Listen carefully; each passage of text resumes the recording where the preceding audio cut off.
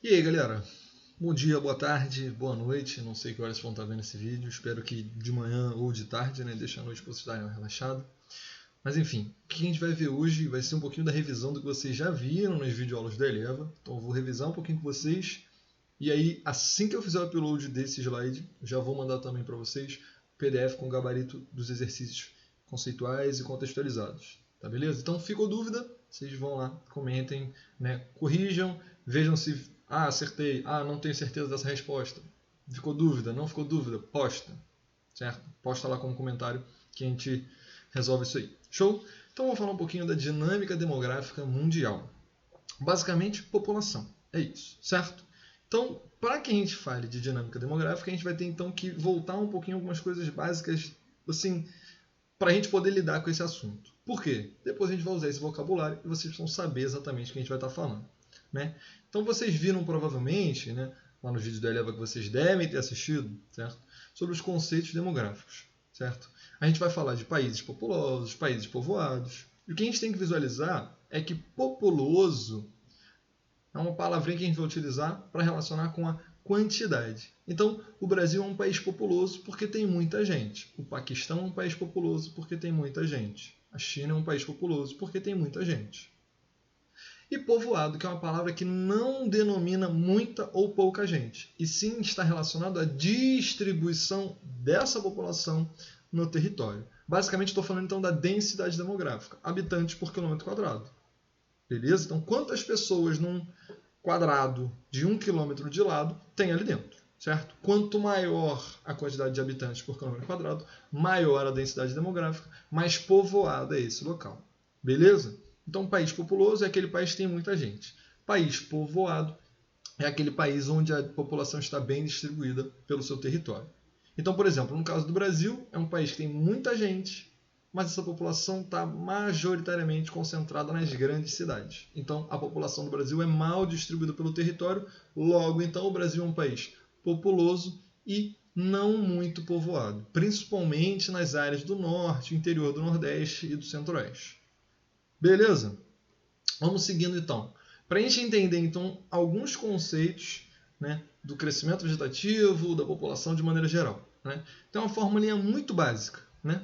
CV é igual a TN menos TM. O que é isso, Douglas? Crescimento vegetativo é igual a taxa de natalidade menos a taxa de mortalidade.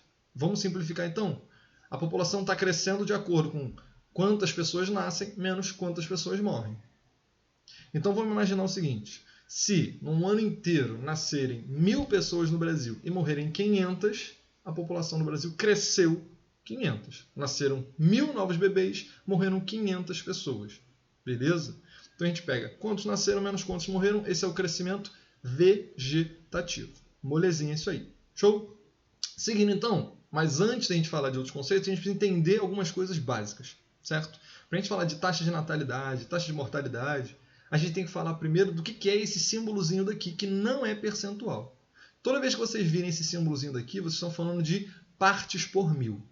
Beleza? Então, se vier 5 partes por mil, quer dizer que são 5 a cada 1.000. Beleza? É diferente de 5%. 5% são 5 a cada 100. 5 partes por mil são 5 a cada 1.000. Então, se você estiver olhando lá, por exemplo, uma taxa de natalidade, você vê um número de 23 partes por mil, quer dizer que a cada 1.000 pessoas, 23 novas pessoas nasceram. Tá beleza? Então, taxa de natalidade é a quantidade de nascidos vivos, tá? Parece pleonasmo, mas a gente está excluindo aquela galera que morre ao nascer, certo? Então, quantidade de nascidos vivos em cada 1 ano e a cada 1.000 habitantes, por isso partes por mil. E a taxa de mortalidade é a quantidade de pessoas que morreram em 1 ano a cada 1.000 habitantes. Tá beleza?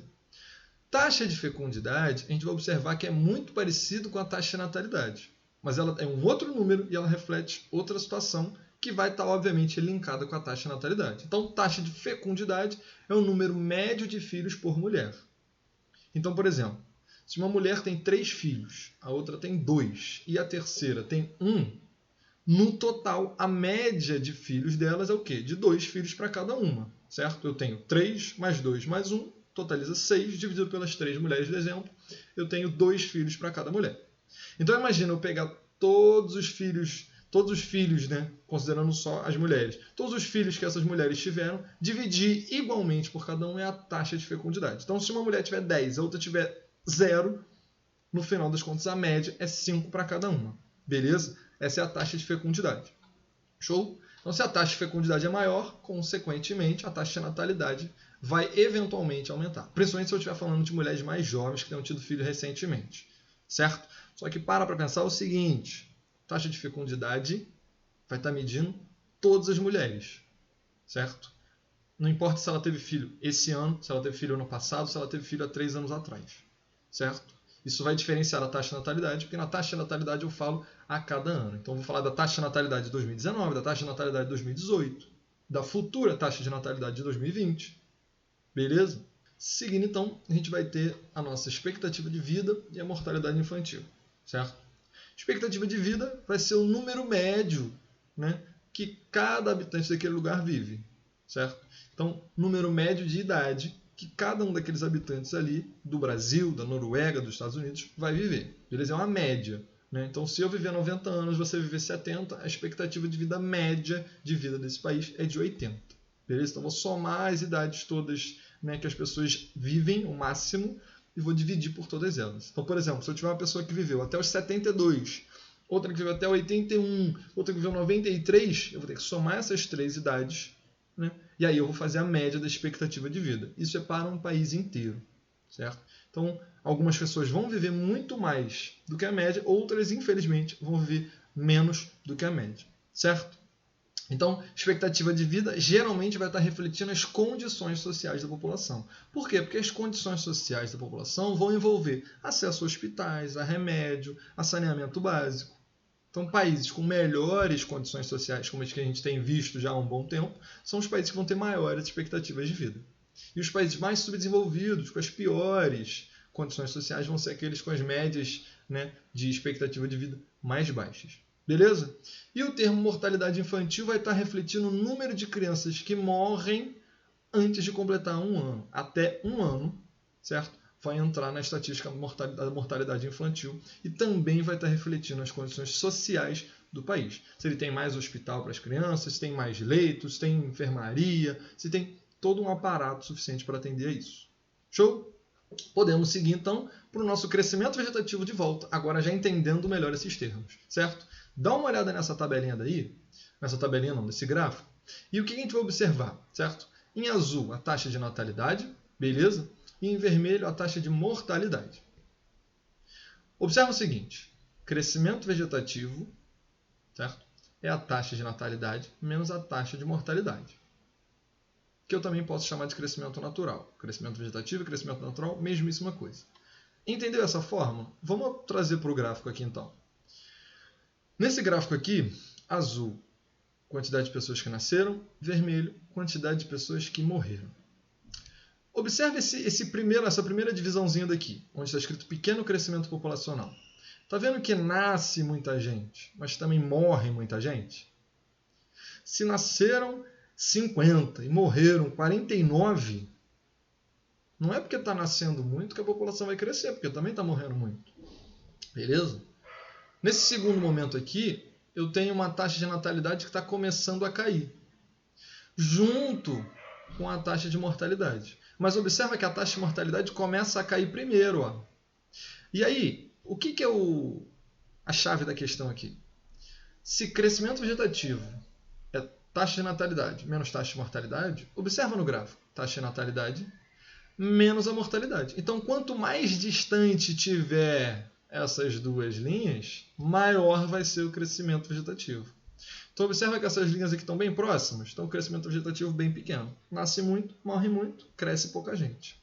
Aí começou a morrer menos gente, mas está nascendo ainda bastante gente. Observe esse espaço aqui que não aumentou. Ó. Então, o crescimento vegetativo fica muito grande até que eu tenha uma queda significativa da taxa de natalidade. Beleza?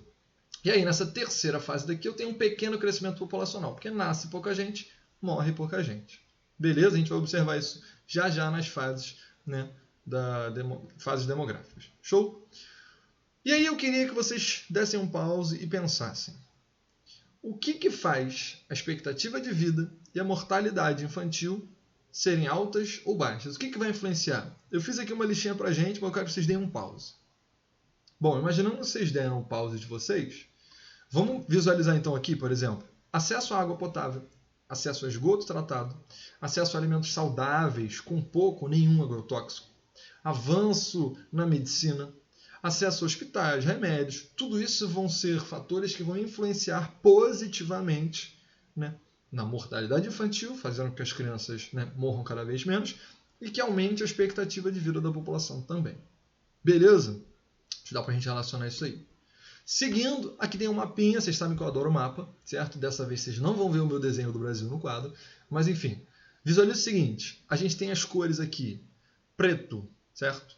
Em preto, os países que têm uma expectativa de vida abaixo dos 40. Essa é a média, galera, a média. Em vermelho aqui a gente vai ter 40 a 45, 45 a 50, a gente vai subindo até o roxinho, onde eu tenho uma expectativa de vida acima dos 80. Então a média é que as pessoas vivam mais de 80 anos. Beleza? Observe esse mapinha e aí dá um pause também e pega a apostila de vocês e compara com aquele mapinha que vocês viram dos países desenvolvidos e subdesenvolvidos. E a gente vai ver aí algumas questões muito parecidas que vão se encaixar direitinho. Então, por exemplo, no continente africano, né, na África subsaariana principalmente, a gente está vendo índices de expectativa de vida muito ruins. Beleza? Certo? Já na Europa, na América do Norte, em especial Canadá e Estados Unidos, na Austrália, no Japão, na Coreia do Sul, a gente está tendo países com roxo e rosa, certo? Acima dos 77 anos. Beleza? Vamos seguir um pouquinho mais. Vamos diferenciar então crescimento vegetativo de crescimento populacional. No crescimento vegetativo eu tinha quantos nasceram menos quantos morreram. E o crescimento populacional? O que é? O crescimento populacional vai ser o crescimento vegetativo menos o saldo de migrações. Como assim saldo de migrações? Saldo de migrações é quantas pessoas entraram no país menos quantas pessoas saíram. Então, se entraram 150 imigrantes e saíram 75 brasileiros para morar fora, eu tenho um saldo de crescimento da população em 75. Agora, se saíram, né, 150 e entraram 10, eu tenho um crescimento negativo de 140 pessoas. Beleza? Então, como é que eu posso aumentar essa fórmula mais ainda? Crescimento populacional é igual a taxa de natalidade menos taxa de mortalidade menos o saldo de migrações. E aí, preste atenção que aqui está menos, mas o saldo de migração negativo vai diminuir a população. O saldo de migração positivo vai aumentar a população. Então, tem que ficar atento a esse detalhe. Tá beleza? Vamos seguir um pouquinho mais para as nossas transições demográficas, né? Vai demonstrar a dinâmica do crescimento populacional. Show? Observando taxa de natalidade e mortalidade. Né? E o que a gente vai estar observando é que a população do planeta vem crescendo cada vez menos, mas ela continua crescendo. Se liga só no percentual de cada ano. O mundo, a média do mundo inteiro, está crescendo a 1,1% ao ano.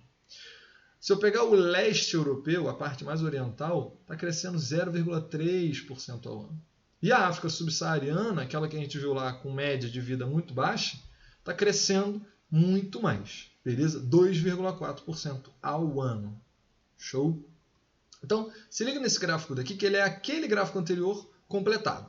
Certo? A gente vai ter algumas fases aqui do crescimento populacional. Show? Na primeira fase, a gente vai ter nasce muita gente, morre muita gente, então cresce muito pouco. Então aqui eu botei pra gente o equilíbrio primitivo. Nasce muito, morre muito, cresce pouco. Então, beleza?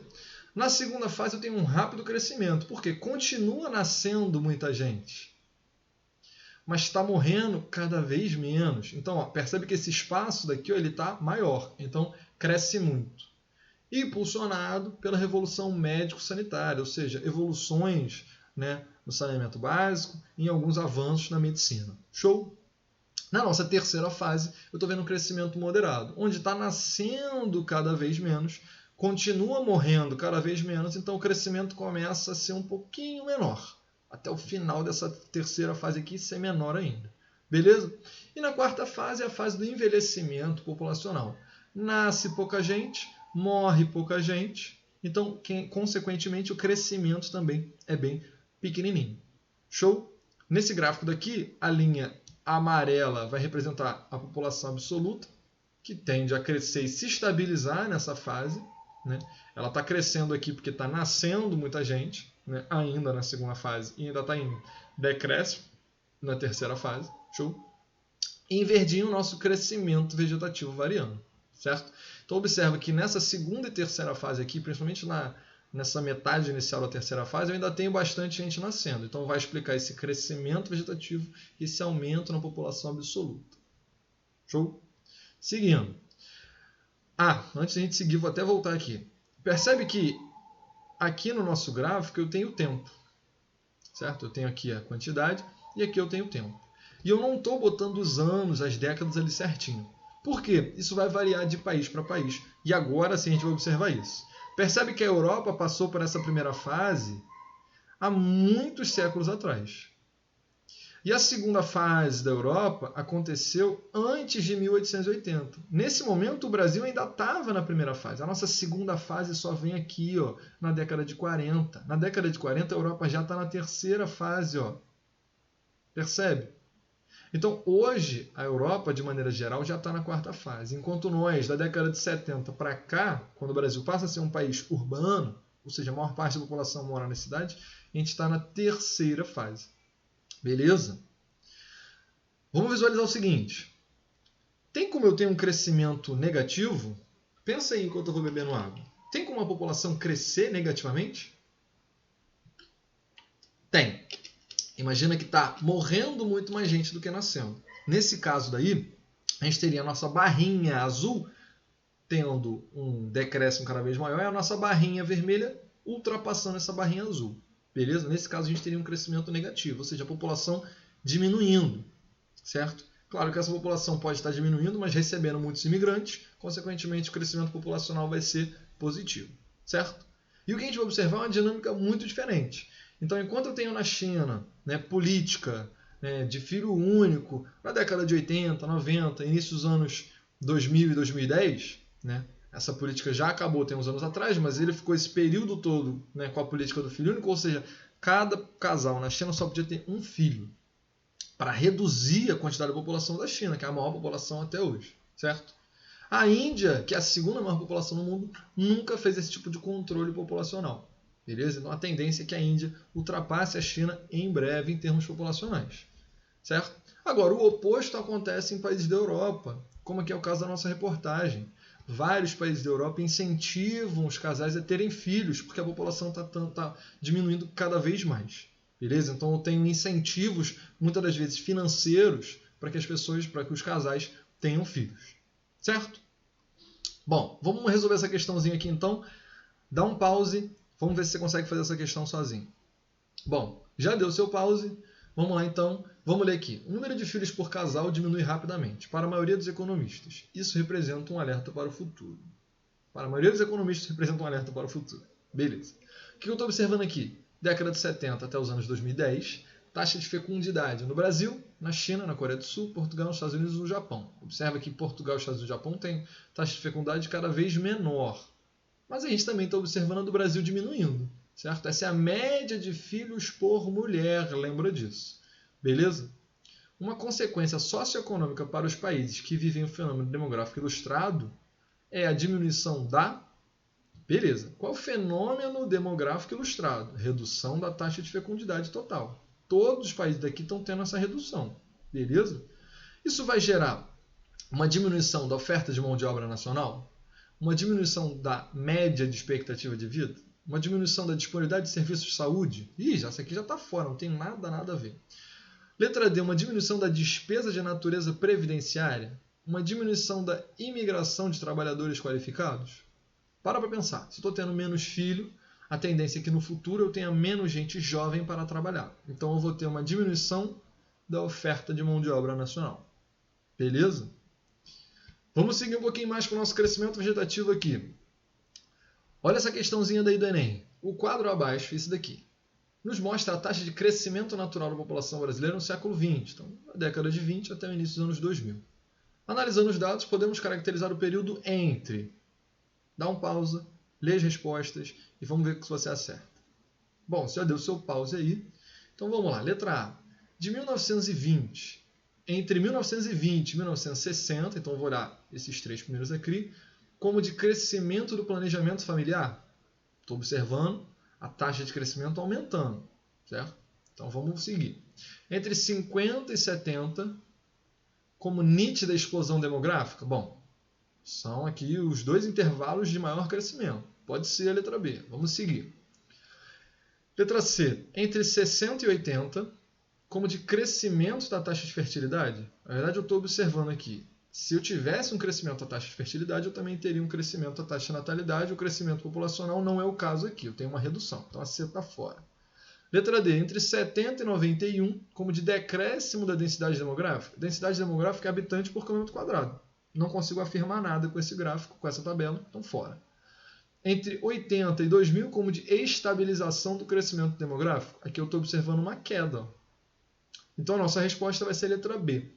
Certo? Esses dois intervalos aqui como sendo de nítida explosão demográfica. Show? Vamos seguindo aqui, então, para a nossa transição demográfica no Brasil. A mesma tabelinha vai mostrar para a gente o seguinte, que até 1940 eu tinha um baixo crescimento vegetativo. Certo? Com a revolução médico-sanitária, eu vou ter melhores condições de vida, a população vai morrer menos. Então, é aquele momento onde eu vou começar a ter menos mortes e a taxa de natalidade vai continuar lá em cima. Então, vai nascer muita gente. Explosão demográfica. Depois, aqui na década de 70, a gente vai ter redução da taxa de natalidade, consequentemente, redução do crescimento vegetativo. Beleza? Tudo isso vai vir junto com a urbanização, que vai gerar um alto custo de vida, a entrada da mulher no mercado de trabalho, o melhor acesso a métodos contraceptivos, tudo isso vai ajudar a reduzir a taxa de natalidade e o crescimento vegetativo da população. Beleza? Então a gente consegue relacionar isso aqui com esse nosso infográficozinho daqui, certo? A gente vai ter o censo de 2010 mostrando a taxa de fecundidade no Brasil a 1,9 filhos por mulher, então está demonstrando, na verdade, uma queda cada vez maior nessas taxas de fertilidade e natalidade, beleza? E no último censo, crescimento vegetativo de 1,17 ao ano. Isso vai caracterizar o Brasil claramente na terceira fase dessa transição demográfica. Show? Bom, vamos para as nossas pirâmides, né? Pirâmide vai mostrar o percentual da população dividido por faixas etárias. Então, cada barrinha dessa aqui vai estar mostrando uma faixa etária. Show? Essa aqui é a do Brasil de 2018. Então, essa barrinha daqui vai mostrar a quantidade, o percentual de homens entre 0 e 4 anos, o percentual de mulheres entre 0 e 4 anos. O percentual de idosos entre 75 e 79, homens e mulheres. Beleza? É assim que a gente vai ler essa nossa pirâmide. Show?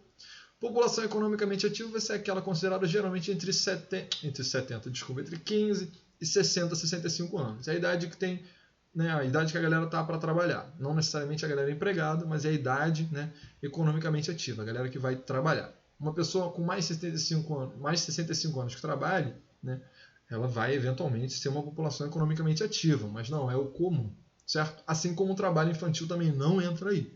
Tá beleza, galera? O que a gente vai observar aqui então? Base, corpo e topo. Nessa pirâmide etária do Brasil, eu tenho um topo ainda pequenininho, um corpo bem robusto e a base mais fina do que o topo. Né? Se a base é mais fina, quer dizer que está nascendo menos gente e que a população adulta é a maioria da população. Beleza? Olha essa daqui, pirâmide etária do Japão. Eu tenho uma base bem estreitinha, um corpo um pouquinho mais largo e percebe que aqui eu tenho mais idosos. Ó. População acima dos 70 é mais, né, expressiva em relação à população japonesa. Isso porque a expectativa de vida deles é muito maior. Certo? Então, nessa pirâmide japonesa, eu vou ter uma base estreita. Consequentemente, se a base é estreita, é por conta da baixa taxa de natalidade. Se eu tenho um topo maior, é porque eu tenho muitos idosos. A população já envelheceu. Olha como é que é muito diferente na Etiópia. A base é muito larga, porque a taxa de natalidade é muito alta. Eu também tenho problemas sociais, como mortalidade infantil elevada. Eu tenho pouquíssimos idosos, porque a expectativa de vida é baixa. Beleza? Olha aqui, ó. Certo? Eu tenho altas taxas de mortalidade por conta de doenças e condições socioeconômicas péssimas. Beleza? Outra situação que vai influenciar nessa expectativa de vida, nessa qualidade de vida da população. Baixo consumo de proteína, basicamente carne. Né? Óbvio que tem vegetais que têm proteína também, mas estou falando basicamente de carne, certo? Vários casos de desnutrição, isso tudo vai dificultar, né, a qualidade de vida da população, vai obviamente gerar essa situação daqui, onde nasce muita gente, morre-se muito cedo também. Beleza? Galera, então ficou com dúvida? Posta lá no Google Classroom. Vou botar para vocês o gabarito em PDF dos conceituais e contextualizados. Ficou com dúvida? Manda lá para a gente resolver isso. Beleza? Valeu, até a próxima.